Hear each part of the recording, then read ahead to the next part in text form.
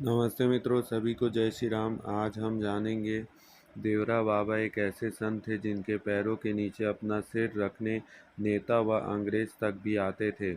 देवरा बाबा का जन्म अज्ञात है, यहाँ तक कि उनकी सही उम्र का आकलन भी नहीं है। वह यूपी के देवरिया जिले के रहने वाले थे। मंगलवार 19 जून सन 1990 को योगिनी एकादशी के दिन अपनी नश्वर देह का त्याग कर व्यापने वाले इस बाबा के जन्म के बारे में संशय है। कहा जाता है कि करीब 900 साल तक जिंदा थे। बाबा के संपूर्ण जीवन के बारे में अलग अलग मत है। कुछ लोग कहते हैं उनका जीवन 250 वर्ष था, कुछ लोग कहते हैं 500 साल। भारत के उत्तर प्रदेश के देवरिया जनपद के योगी सिद्ध महापुरुष एवं संत पुरुष थे देवरा बाबा। डॉक्टर राजेंद्र प्रसाद, महामना, मदन मोहन मालवीय, पुरुषोत्तम टंडन जैसे विभूतियों ने पूज्य देवरा बाबा के समय समय पर दर्शन कर अपने को कृतार्थ अनुभव किया था। बाबा पूज्य महर्षि पतंजलि द्वारा प्रतिपादित अष्टांग योग में परंपरागत थे। श्रद्धालुओं के कथनानुसार बाबा अपने पास आने वाले प्रत्येक व्यक्तियों से बड़े प्रेम से मिलते थे और सबको कुछ न कुछ प्रसाद अवश्य देते थे। प्रसाद देने के लिए बाबा अपना हाथ ऐसे ही मचान के खाली भाग में रखते थे और उनके हाथ में फल, मेवे तथा अन्य कुछ खाद्य पदार्थ आ जाते थे, जबकि मचान पर ऐसी कोई भी वस्तु नहीं रहती थी। श्रद्धालुओं की कौतूहल होता था कि आखिर यह प्रसाद बाबा के हाथ में कहाँ से और कैसे आता है। जनश्रुति के मुताबिक यह खेचरी मुद्रा सिद्धि की वजह से आवागमन से कहीं भी कभी भी चले जाते थे। लोग बोलते थे उनके आसपास उगने वाले बबूल के पेड़ों में कांटे नहीं होते थे, चारों तरफ सुगंध ही सुगंध होता था।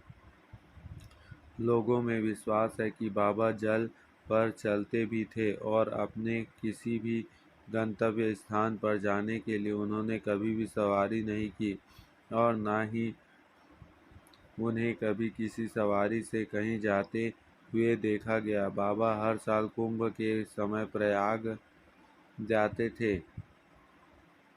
मार्कंडेय ऋषि के मुताबिक वह किसी महिला के गर्भ में नहीं बल्कि पानी से अवतरित हुए थे।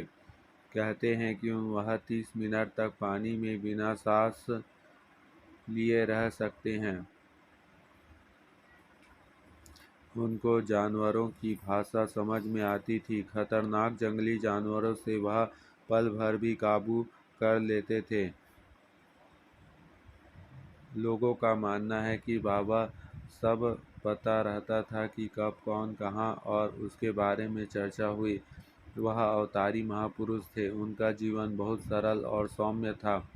वह फोटो कैमरे और टीवी जैसे चीज़ों से देख अचंभित रह जाते थे। वह उनसे अपनी फ़ोटो लेने के लिए कहते थे, लेकिन आश्चर्य की बात यह थी कि उनका फ़ोटो नहीं बनता था। लोगों तो यहाँ तक बोलते थे कि वह चाहते तो रिवॉल्वर से गोली नहीं चलती थी। उनका निर्जीव वस्तुओं पर भी नियंत्रण था। अपनी उम्र, कठिन तप और सिद्धियों के बारे में देवरा बाबा ने कभी भी कोई चमत्कारिक दावा नहीं किया, लेकिन उसके इर्द गिर्द हर तरह के लोगों की भीड़ ऐसी भी रही जो हमेशा उनमें चमत्कार खोजते देखी गई। अत्यंत सहज, सरल और सुलभ बाबा के सानिध्य में जैसे वृक्ष वनस्पति भी अपने को अस्वस्थ अनुभव करते रहे। भारत के पहले राष्ट्रपति डॉक्टर राजेंद्र प्रसाद ने उन्हें अपने बचपन में देखा था। देश दुनिया के महान लोग उसमें मिलने आते थे और विख्यात साधु संत का भी उनके आश्रम में समागम होता रहता था। उनसे जुड़े कई घटनाएं हैं। इस सिद्ध संत को मानवता, ज्ञान, तप और योग के लिए विख्यात मानते थे। कोई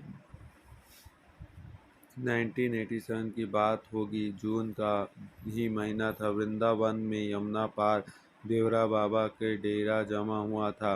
अधिकारियों में अफरा तफरी मची थी। प्रधानमंत्री राजीव गांधी को बाबा का दर्शन करने आना था। प्रधानमंत्री के आगमन और यात्रा के लिए इलाके की मार्किंग कर ली गई। आला अफसरों ने हेलीपैड बनाने के लिए वहां के लोग एक बबूल के पेड़ को डाल काटने के निर्देश दिए। भनक लगते ही बाबा ने एक बड़े पुलिस अफसरों को बुलाया और पूछा कि पेड़ को क्यों काटना चाहते हो। अफसर ने कहा, प्रधानमंत्री की सुरक्षा के लिए जरूरी है।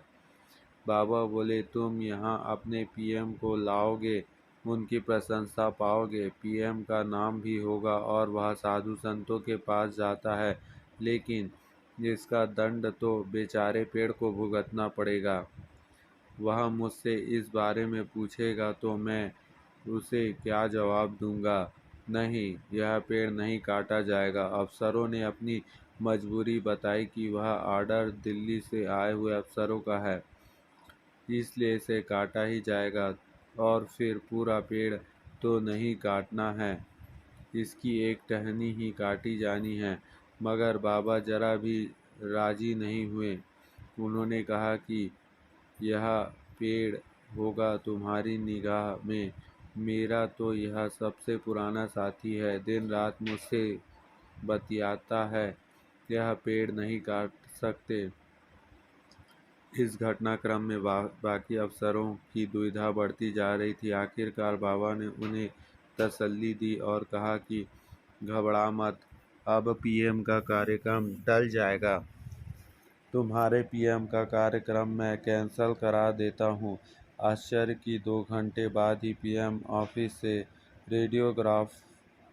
रेडियोग्राम आ गया कि प्रोग्राम स्थगित हो गया। कुछ हफ्तों बाद राजीव गांधी वहां आए, लेकिन पेड़ नहीं कटा। इसे क्या कहोगे, चमत्कार या संयोग?